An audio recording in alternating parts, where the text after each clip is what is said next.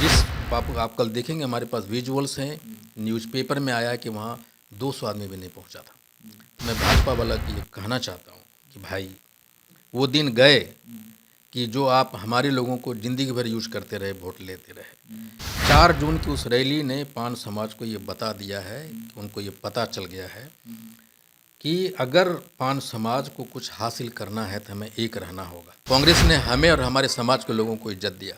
मेरी मात्र 3 साल हुई है कांग्रेस में और मुझे एआईसीसी के मेंबर तक बनाया, जिला प्रभारी बनाया। धीरे धीरे से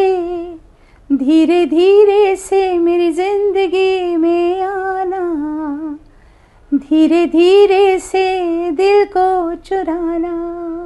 नमस्कार, मैं अनुराधा पौडवाल 26 नवंबर को पैनोरामा स्टार सीज़न 6 के कार्यक्रम में पूर्णिया बिहार आ रही हूँ। मुझे पैनोरामा ग्रुप के निर्देशक संजीव मिश्रा जी ने बुलाया है, तो हम सब मिलते हैं पैनोरामा ई होम्स में शाम 7 बजे। नमस्कार। नमस्कार, मैं हूं सागर कुमार। भारत लाइव देख रहे हैं आप। देखिए, जैसे जैसे चुनाव नजदीक आ रहा है, तमाम पॉलिटिकल पार्टियां जातियों की सम्मेलन कर रही है, जातियों की रैली कर रही है। उसी क्रम में सम्राट चौधरी जब से भारतीय जनता पार्टी के प्रदेश अध्यक्ष बने हैं, कई बड़े जातियों के कार्यक्रम उन्होंने अपने नेतृत्व में कराए हैं, कई जातियों के नेताओं को अपने पार्टी में किया है। उसी क्रम में कल पान समाज का एक बड़ा कार्यक्रम भारतीय जनता पार्टी ने किया है, लेकिन कहा यह जा रहा है कि उस कार्यक्रम में भीड़ नहीं पहुंची, लोग नहीं पहुंचे, संख्या बहुत ज़्यादा नहीं पहुंची। इस मुद्दे पर बातचीत करने के लिए पान समाज के अखिल भारतीय पान समाज के राष्ट्रीय अध्यक्ष आईपी गुप्ता जी हमारे साथ हैं। सर, पहले तो बहुत बहुत स्वागत है सर आपका। Thank you very much. क्या कहेंगे सर, भारतीय जनता पार्टी आपके वोट को, आपके समाज को अपने अंदर समाहित करने का प्रयास कर रही है, क्या कहेंगे? भारतीय जनता पार्टी 4 जून 2023 के अखिल भारतीय पान महासंघ के में रैली के बाद बौखलाई हुई है और उन्होंने हमारे जाति के लोगों को, यानी पान समाज के लोगों को तोड़ने की एक कुत्सित प्रयास किया था उन्होंने। मुझे जहाँ तक जानकारी है कि उन लोगों ने इस रैली को ऑर्गेनाइज करने के लिए 4 बैठकें की और पान समाज के लोगों को बुलाया था, खासकर वो लोग जो भारतीय जनता पार्टी से जुड़े हुए लोग थे। उनकी बैठक की, प्रेस वार्ता किया और बापू सभागार में 4 जून को अखिल भारतीय पान महासंघ की रैली, उसकी एक पैरेलल रैली करने की कोशिश की या उसे बड़ी रैली करने की कोशिश की, या यूं कहें तो पान समाज को उस रैली को घबरा कर वो डिवीज़न क्रिएट करने की कोशिश की। जिस बापू आप कल देखेंगे हमारे पास विजुअल्स हैं, न्यूज़पेपर में आया है कि वहाँ 200 आदमी भी नहीं पहुँचा था। तो मैं भाजपा वाला को ये कहना चाहता हूँ कि भाई वो दिन गए कि जो आप हमारे लोगों को ज़िंदगी भर यूज करते रहे, वोट लेते रहे। 4 जून की उस रैली ने पान समाज को ये बता दिया है कि उनको ये पता चल गया है कि अगर पान समाज को कुछ हासिल करना है तो हमें एक रहना होगा। पान समाज फेसलेस था, उसमें कोई काशीराम नहीं, कोई नीतीश कुमार नहीं, कोई लालू यादव जी नहीं, कोई बाला साहब ठाकरे नहीं, कोई महाराणा प्रताप नहीं। वो दिन एक चेहरे का निर्माण हुआ आईपी गुप्ता का, और ये हम समझ में आ गया हमें कि आप हमें कोई बरगला नहीं सकता। नहीं, लेकिन पान समाज के वोट लेने की होड़ तो लगी है ना, महागठबंधन में भी लगी हुई है, भारतीय जनता पार्टी में भी लगी हुई है। वोट तो हम लोग देते रहे हैं ना जी।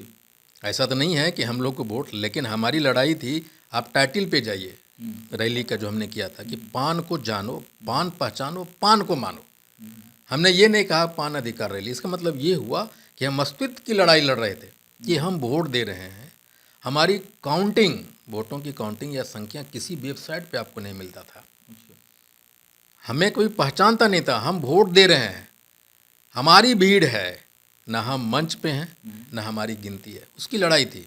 और लोगों को जब फेस नहीं होता ना, आप देख लीजिए लालू जी के ज़माने से पहले यादवों का हाल, नीतीश जी से पहले कुर्मी का हाल, रामविलास जी के पहले पासवानों का हाल आप देखिए, मायावती से पहले चमार भाइयों का हाल आप देख लीजिए।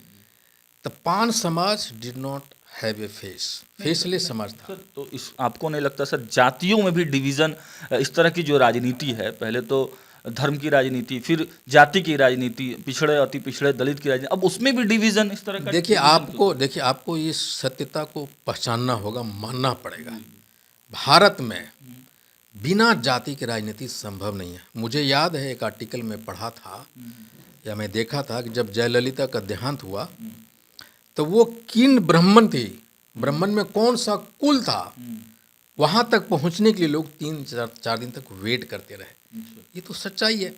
जब आप टिकट देते हैं तब देखते हैं कि वहाँ कौन सा विधानसभा में, कौन सा लोकसभा में किस जाति की बहुलता है, आप उनको टिकट देते हैं।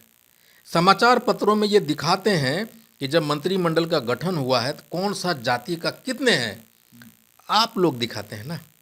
नहीं तो आप जैसे पान समाज की बात कर रहे हैं, पान समाज के नेता के तौर पर भी आपकी पहचान है, तो क्या लगता है कि आपके नेतृत्व में समस्त बिहार का पान समाज एकजुट होकर महागठबंधन को वोट करेगा? आखिर ऐसा क्या देख लिया आपने? मैं इसको उल्टा कहता हूँ, मेरे नेतृत्व में नहीं, पूरे पान समाज के नेतृत्व में आईपी गुप्ता चल रहा है।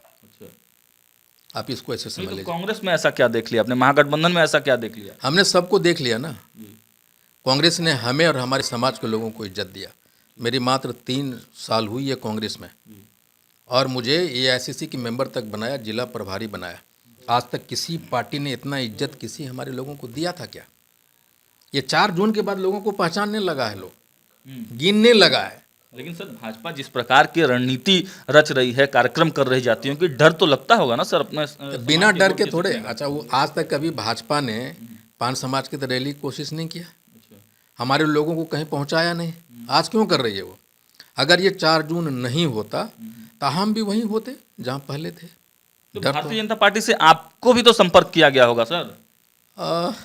कुछ बातें कैमरे के अंदर होती है, ये सब संपर्क किया गया था आपसे? हाँ, बिल्कुल किया गया था, लेकिन हम कांग्रेस की नीतियों से, राहुल गांधी जी मेरे नेता हैं, डॉक्टर अखिलेश प्रसाद जी मेरे नेता हैं, हम उनके नीतियों से और उनके कांग्रेस ने जो पान समाज के लिए किया, हमारे लिए किया है, बंधे हुए हैं। मेन चीज़ है कि भाजपा जिस तरह से पूरे भारत में एक हिटलरवादी तानाशाही करने की कोशिश कर रही है।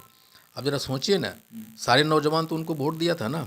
जो 18 बरस का नौजवान रहा होगा जो मोदी को दिया वोट, तो आज 28 बरस का होगा, कोई 35 बरस का होगा, आज भी कटोरा उनके हाथ में है। टिकट फाइनल हो गया क्या सर? देखिए, मैं पार्टी का वफादार सिपाही हूँ, पार्टी जो कहेगा आईपी गुप्ता वही करेगा। तो कांक्षा तो होगी सर, समाज के नेता के तौर पर समाज को आगे ले जाने के लिए किसी न किसी आदमी को आगे आप बढ़े हैं नेता के तौर पर, टिकट की भी चर्चा चल रही है। देखिए, जो पॉलिटिक्स करता है, छोटा से बड़ा काज करता है, वो चुनाव लड़ना चाहता है एमएलए एमपी का, इसमें कोई बुराई नहीं है, चाहत होती है। लेकिन पार्टी को ये पता है, पार्टी हमें रिकॉग्नाइज करती है, हमारे समाज को रिकॉग्नाइज करती है और उनको पता है कि हमें कहाँ और कैसे एडजस्ट करना है। एक अंतिम सवाल ले लेते हैं सर, विशेष राज्य का दर्जा जो बिहार सरकार मांग कर रही है, उसको आप कैसे देखते हैं? बीजेपी कह रही है कि हम बिना विशेष राज्य के दर्जे की बिहार का विकास कर देंगे। एक स्टेट का नाम बताइए जिसका बीजेपी ने विकास किया है, एक स्टेट का नाम बताइए। और बिहार राज्य विशेष राज्य का दर्जा हम लोगों का अधिकार है, हमें मिलना चाहिए। वो लोग कह रहे हैं कि अब नहीं मिल सकता है। नहीं, वो तो उनकी मनसा में बेईमानी है ना, वो बेईमान पार्टी के लोग हैं। अच्छा, भारतीय जनता पार्टी बेईमान पार्टी है वो। कभी भी कोई बातें वो कहीं हो, कोई पूरा किया है क्या? मोदी जी का सुने ब्लैक मनी का नाम लेते हुए कभी सुने हैं? नोटबंदी के फायदे गिनाते हुए सुने हैं? उन्होंने कहा कि 50 दिन का समय दो, मुझे चौराहे पे जो कहे जो सजा दोगे मंजूर है। कहाँ चौराहे पे?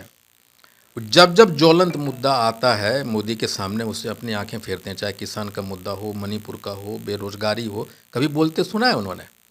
वो सिर्फ एक ही चीज़ बोलते हैं, भ्रष्टाचार।